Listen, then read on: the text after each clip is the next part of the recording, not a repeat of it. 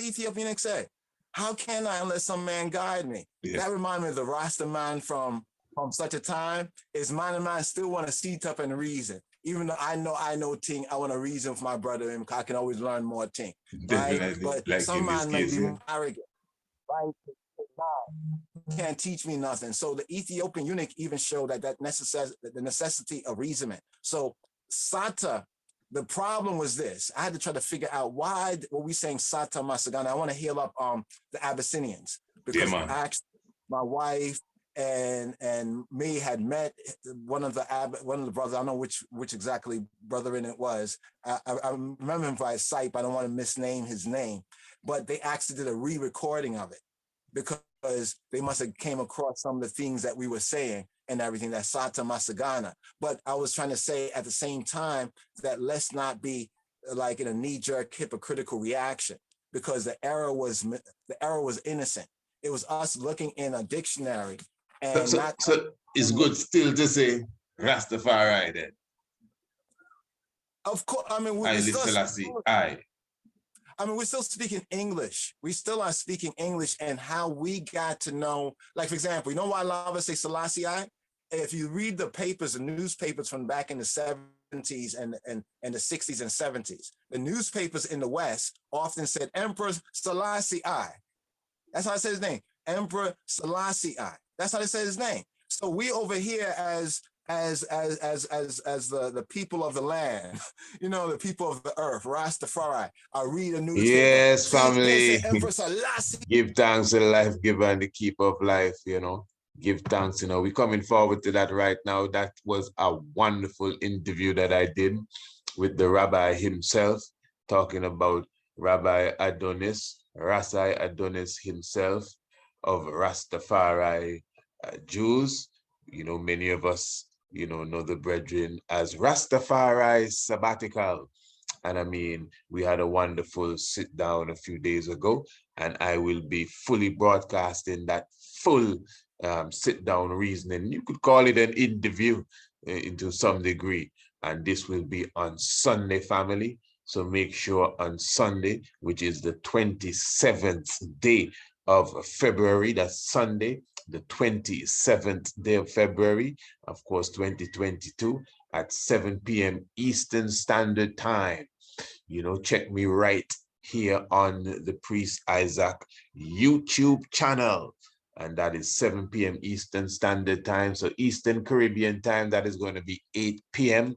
And we'll have the full reasoning. That's like almost 3 hours, about 2.5 to a bit more than that of reasoning between myself and the brethren, you know, and well, off camera, it's over 3 hours of reasoning that I had with the good brother for sure. So you're going to really love that. We will be premiering it. So prepare yourself to, you know, give whatever reasoning you may have even in the chat. Of course, you know, we keep it decent, and we make sure you have your snacks and all the good stuff. And that will be on Sunday. Looking forward to it. Share the word and let ones come in and let us hear from the good brother. You know, they banned Rastafari Sabbatical, the YouTube channel, Yeah, man, they lock it down. What it is the man was saying that was so vile that they would have to lock it down, I'm telling you. And for sure, just as I entitled this video, myself and the good brother, we went into a bit of reasoning as it relates to Abba Qiddus. And in fact, let us continue this discussion here with him, and you'll hear exactly some of what he has to say about Brother Abba Qiddus. But to get the fullness, man, you have to join us Sunday, live and direct, right here on the YouTube, 7 p.m. Eastern Standard Time. Wonderful discussion. Yes, Selassie. That's how we went about it. There was nothing untoward. We had no scheme or whatever, but we're growing. As we grow, we recognize that the Western media was too, they took advantage, how can I say, they took a great license to kind of just say his name as Emperor Selassie. This is how the West do. This is how they do in the West. Yes, so, yeah, we can still say Rastafari in the sense of we're speaking it in the English way, but now we should also have the education to know that. But you see, well, I was talking about, but in reference now, Because you know, if you get in reverence now and in reverence and churchical and so, and you may want to get it as correct as you think it should be. But anyway, we can hit that the next time. You know, I want to share something with you now that I want you to somewhat comment on here. Yeah. Tell us about the bridge here. Abba Qiddus. Abba Qiddus. Okay, Abba Qiddus. Now, okay, yeah, this is the best platform to share this. My mother-in-law, I call her Emma Bait Almaz. Emma Bait is like lady of the house, mother of the house. It's like a way of referring to the, you know, the lady of the house of honor and mother of the house. Almaz mean diamond. That's my wife's, her mother, right? And enough respect for her. She shared with I and I a story, a testimony some years ago. Because we were speaking about, you know, Abba Qiddus, because we heard about this one that favor His Majesty, that is Abba Qiddus. And I was surprised that she shared this, but I share this right here to the best of my recall, is that she said that, yes, there is a one named Abba Qiddus, and some do see this one as perhaps His Majesty. So there is the Ethiopian thought. This is not just a Rasta thing, because people think it's a Rasta man. I see some man with dreadlocks in Ethiopia, Bahitawi, and boom, this is His magical favorite. No, there are some Ethiopian. In fact, the former is the Prime Minister of Ethiopia. He passed away. Mele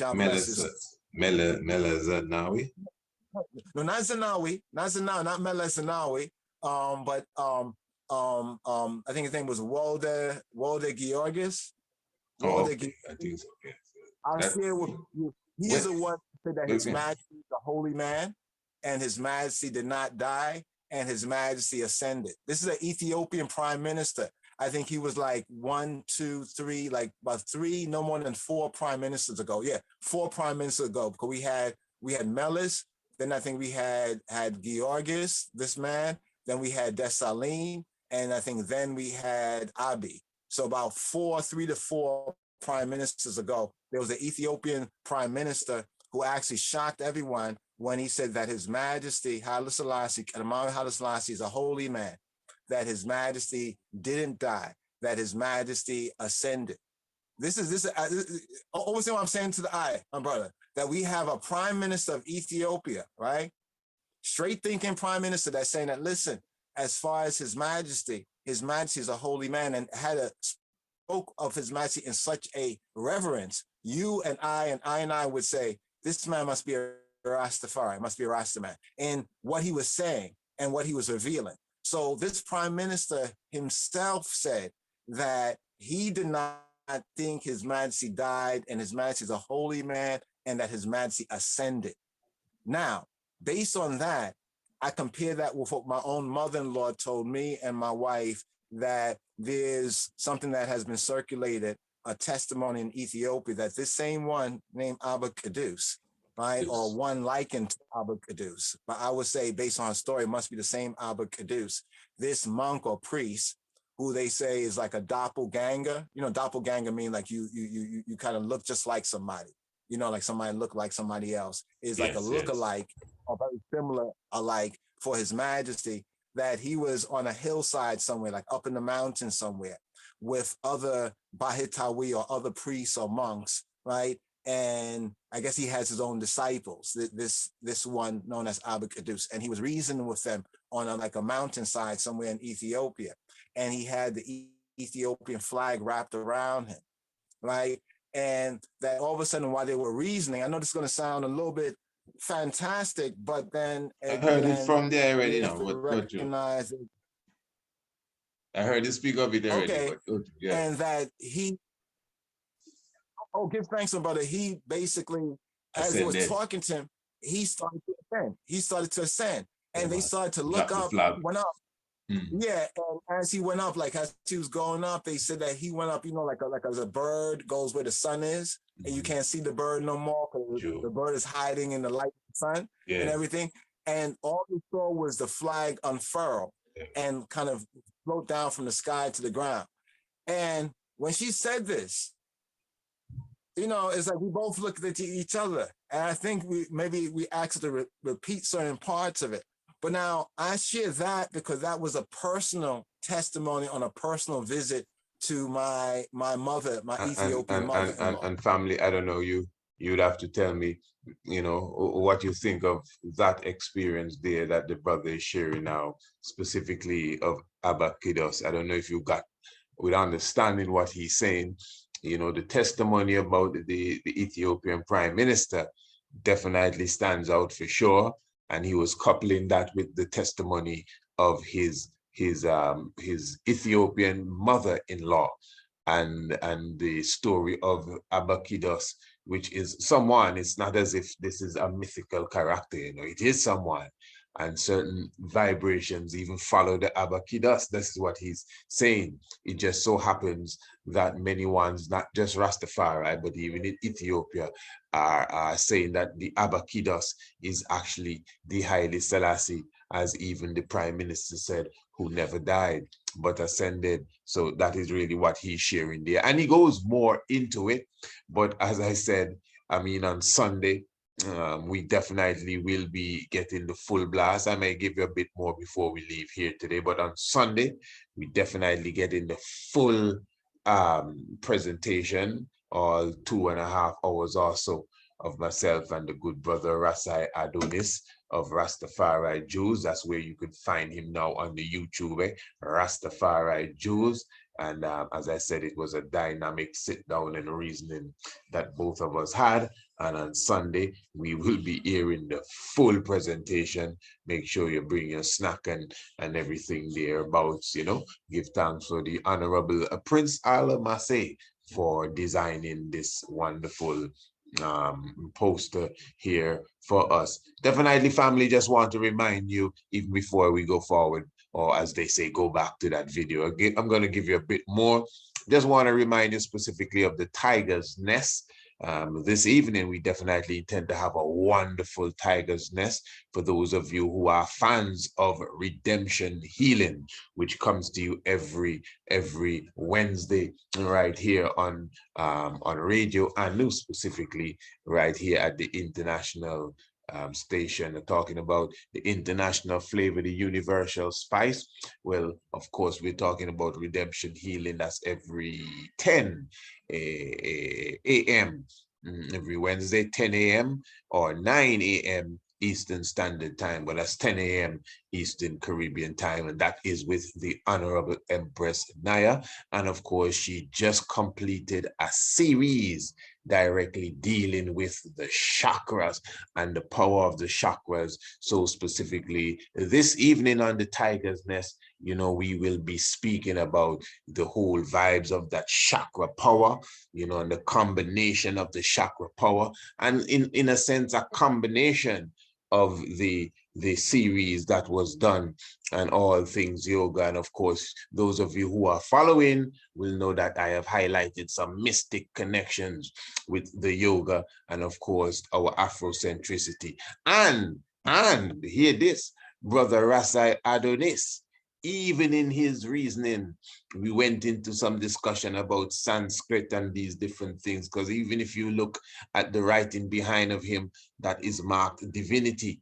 Oh man, trust me, you just need to be with us on Sunday for this one here. Very wonderful sit down, and that will be on YouTube. And make sure you join me this evening again on the Tiger's Nest Radio Anu. You don't know how to get there, priestisaacinstitute.com.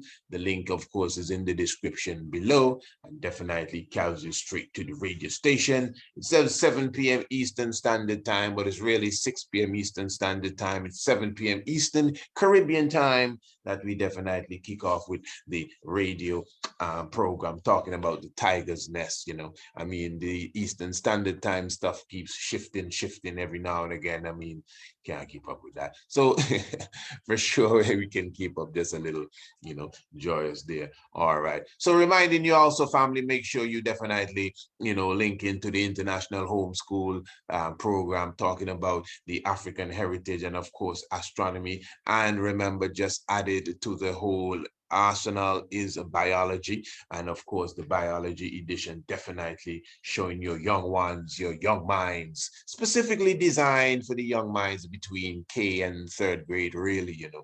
But for sure, anyone who is slacking on your knowledge of biology, astronomy, African history and heritage, for sure you could even come on board, no matter how old you are, and be a part of the International Homeschool program. Nothing wrong, don't be ashamed, it's okay. But specifically for the young ones, the young minds, listen, family, as I always say, all you have to do is contact us, priestIsaacInstitute@gmail.com, and say that you would like to have a free special look at the homeschool class. So you can see how the African history class looks. You could see what's going on in the astronomy class. You could get a glimpse of what's going on in the biology class. So at least you have a good idea of what will be happening when you purchase the program for your young ones. Very, very inexpensive, extremely inexpensive, and something that will be certified and something, you know, valuable, the value of it. And of course, remember, you know, this is all about the psychology of the youths, eh? Trust me, when the youths leave the Afrocentric program, they leave with a new level of pride. Whether they had it before or not, they leave with a new level of pride as it relates to their Afrocentricity. So for sure, family, I'm definitely encouraging everyone, you know, to be a part of the International Homeschool program as well. Let's return to some of this, family, but remember, to get the full 2.5, you know, remember, you gotta link us on Sunday right here on the YouTube. Right. And she said that. Then I came across the article with Walter Georgis, the former prime minister of Ethiopia, right? And I even went and researched it and read what he said in Amharic in a newspaper. And so this is on record that he says that His Majesty, a holy man, and he somewhat seems to imply that Ethiopia is somewhat in trouble until it reconciles with what happened, until it reconciles with what happened with this holy man who is not dead. Even Muta Baruka, just to Muta Baruka for a moment, is he did this reasoning. I put this out here because hopefully this can surface again, where he went to Ethiopia. He went to Ethiopia around 1992. This was the time that's called the year of the Creator, the year of the Irada. Goes 100th anniversary of the birth of Rastafari, the man-child, the birth of Rastafari. It was 100th anniversary, 1992. So he went to Ethiopia, and at the same time, there was the bone lies, because they said he found some bones. Him and Kokoti sing the song, and Dennis Brown. Exactly. Yes. But he went himself to Ethiopia. I think it was part of IRI FM or his radio, you say, ministry, his radio service. He went over there with a translator, and he asked his question in English, and he had it translated in Amharic, and the people, regular people, would speak and would give testimony about Haile Selassie, and there were many people of the land. I'm not talking about the intellectuals in the city, ones who might have be overly ambitious. I'm talking about the plain people in the country, the simple people. They were all of the belief that His Majesty was alive, and many of them even said they had seen him. So on this picture here, I say that it is very compelling. It's a very compelling picture, right? Because officially authenticated in every aspect that we would like to, right? But I put a lot of merit that there is a lot of truth to this picture. The likelihood of it being His Majesty or related to a righteous order that is related to His Majesty should be very clear.